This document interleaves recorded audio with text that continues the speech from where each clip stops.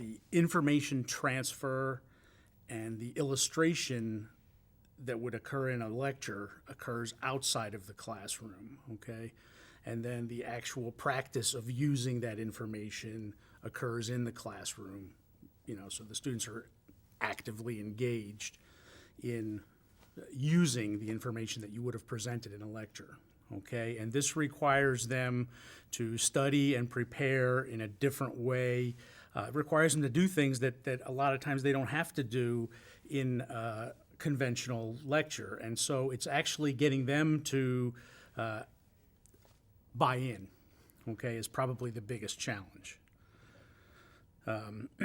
They need to come to class prepared, okay? And if you think about it in a traditional lecture format, a lot of times students won't look at the material at all. They won't read the book before the lecture because the professor is going to tell them what they need to know.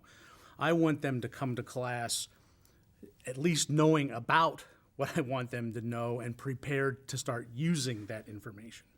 So it's a shift for them.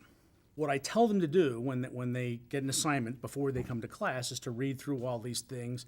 And I tell them as they come to things that they don't understand, just write down a question or whatever they don't understand. When we get to class, my class always starts with a review. It's very, very brief. Here's the highlights. Here's the important points you should have gotten from your pre-class preparation. These are the critical equations, whatever, 5 to 10 minutes, hopefully at most, although I can be long-winded. And then there's a slide just says questions, and that's the point where they're supposed to ask all those questions. To be real honest, doesn't happen very often. Most of the questions arise when they actually sit down and start trying to use the information, and that's the whole purpose of the flipped classroom and the active learning, is that as they start to do, then they realize there are things they don't understand or concepts they didn't fully grasp, and now they can articulate what their issue is, and opposed to a traditional class where this happens when they're at home doing their homework and nobody's around.